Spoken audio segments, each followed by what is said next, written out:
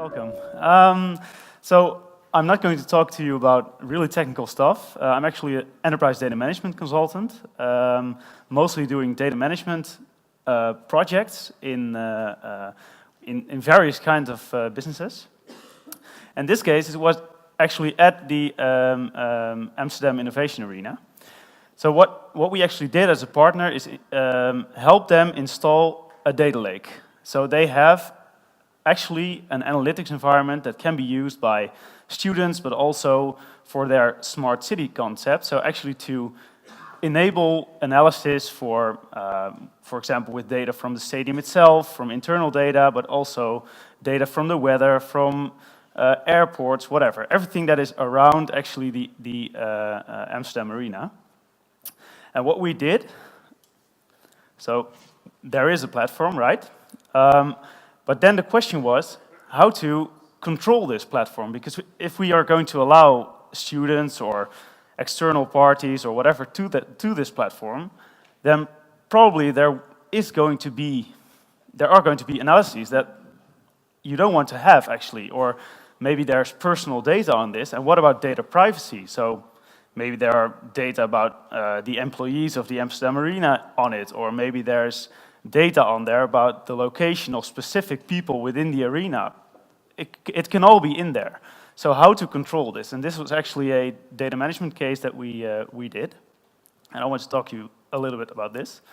So the question is, how can we convince the other parties or the third parties to know that the data is safe with the Amsterdam Innovation Arena? So how can we know that the data is safe within the environment that is set up, so that other parties can be attracted, but also the data and the data analytics within the platform can be controlled? And secondly, how do we mitigate the potential data privacy issues? Because if you're combining certain data sets, then there is a probability of actually exceeding the GDPR lines, so that there's a conflict in this. So there is an analytics platform, and the idea is that in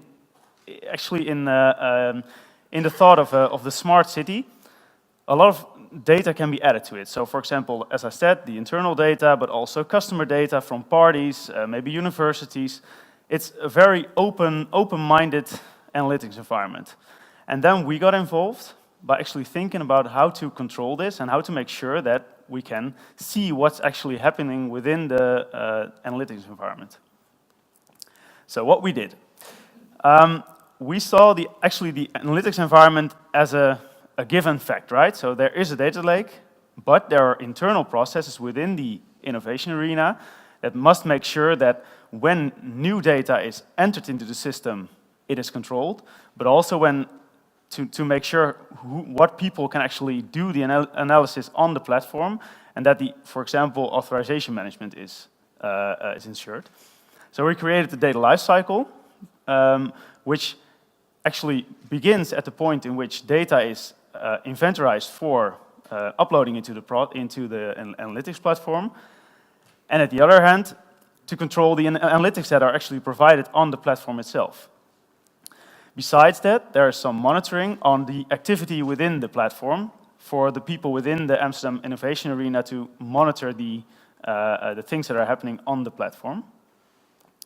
And eventually, so this is quite an interesting thing, but in the end, the idea is that when data is actually entered into the system, there's a data delivery agreement between the party that actually provides the data. So let's say I'm an external party, but also with commercial interest, wanting to provide my data to the Amsterdam Innovation Arena data lake, but with a certain idea of usage. So maybe there are commercial conflicts, or maybe I don't want the data to be actually combined with other sets that can get a certain data privacy conflict, for example. There are actually agreements up front to make sure that there is no analytics on the platform that is not allowable. And on the other end, the people that actually use the platform are also should sign an agreement that they can do certain analytics and that they are provided authorization to the platform or to a certain part of a platform with specific data within it for a certain amount of time. All within that is actually captured in the governance framework that is implemented within the Amsterdam Innovation Arena. So there is something that someone that actually is responsible for all the activities within the platform and also takes care of the data delivery agreements and the agreements of the people that use the platform. So by doing this, we actually control the entire usage of the platform within the organization, and also making sure that when people want to provide the data, right? So one of the questions was, how can we actually provide the insurance that the data of partners and of other companies is safe with the Amsterdam Innovation Arena data lake? We can ensure that the usage of the data and the analytics that are done are controlled, but also that the data privacy rules are not crossed. So, for example, if you have a data set including maybe the location of people within the stadium, then you should only use a generic set of that, because otherwise you can actually see that, for example, I have bought something like a Coca-Cola at one of the desks, and that specific data is actually privacy sensitive, so it shouldn't be allowed into the platform at all. And that's actually something you can manage upfront by setting these agreements with the people that provide data to the analytics platform and that use the platform. Besides that, we actually set some guiding principles for the usage of the platform. So all the people that use the platform for analytics purposes must actually know these kind of principles, that there is a certain idea of how to use the platform and how the platform is controlled within the organization. And obviously the interesting thing about this is that now we have a situation in which still the innovative idea and the concept of a data lake can still be used, right? Because there can be proposals for data analytics, and there can be actually data added into the environment and combined with other data, but still there is a governance around it, the data governance for the big data analytics, to make sure that nothing happens that you don't want to happen within the data lake. And that was it, actually. Thank you very much. Yeah, you're welcome. So, if I were a hacker or a cyber criminal and I wanted to access all of this data, how could I go about it? I mean, obviously you will make sure I won't get in, but what would be the way in? It would be to pretend I'm a poor student working on a project and I need to get some access, or what would be the way? Well, if you have a proposal for a certain project at a university, for example, then access can only be granted to the data once it actually is signed by the data governor, so the one that actually that has the responsibility within the Amsterdam Innovation Arena to guard the data. So he or she can also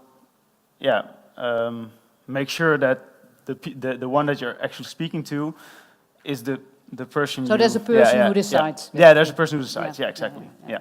So what should I do if I want to get in? Just break a code, kill that person? Kill that person? Well, I wouldn't do that.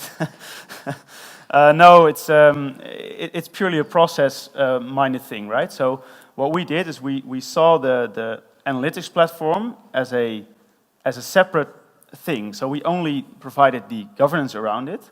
So the technical part was actually done by another team within KPMG. So that was the technical setup of the data analytics platform, and we provided the process around it. Okay. So the way in would be through let's say, a request for a certain project. Yeah, exactly. Be part of the community. And questions about this one? I learned something new in the concept of a data lake. A data lake is a sort of a collection of data of all kinds of different backgrounds, right? If I really short abbreviation, but anybody here in the audience has yes. I'm coming over. Yes. Say your name. So in this system, are there multiple data governors, or is it like a democratic decision between multiple data governors to accept or remove data? I think I'm not aware of the exact situation right now, but I know that there is a data governor which has the ultimate accountability for what happens within the platform, and there's a data manager that has the operational assistance for the use of the platform. So in the end, the agreements with the ones that deliver the data and that use the data are always signed by the data governor. So in the last presentation, we heard that the human is one of the weakest links in the security system. Yeah. Is there a procedure for when one of these persons is compromised? One of these? Oh, so you mean that when the person allows something that shouldn't be allowed? Yeah, for example, yeah. Yeah, then there are always two people that actually look into the request. Okay. So there are always two people at least, so vereist principle in this case, that view into a request or that view into the data that is provided to the system. Because there are actually two things. There are the ones that request an analysis. So for example, students that want to do analysis on the platform. But obviously also when data is entered into the system, then you have to make sure that that is not privacy sensitive data. So that nothing can be combined that leads into personal information. So when it comes to the organization's hierarchy, are these two people that verify the request higher or lower in the hierarchy, on the same level? No, the data governor is high in the organization. Okay. Yeah. Thanks. Yeah. Thank you. Anybody else with specific questions on this system of? And I'm assuming this is a system that you're applying for lots of different organizations, right?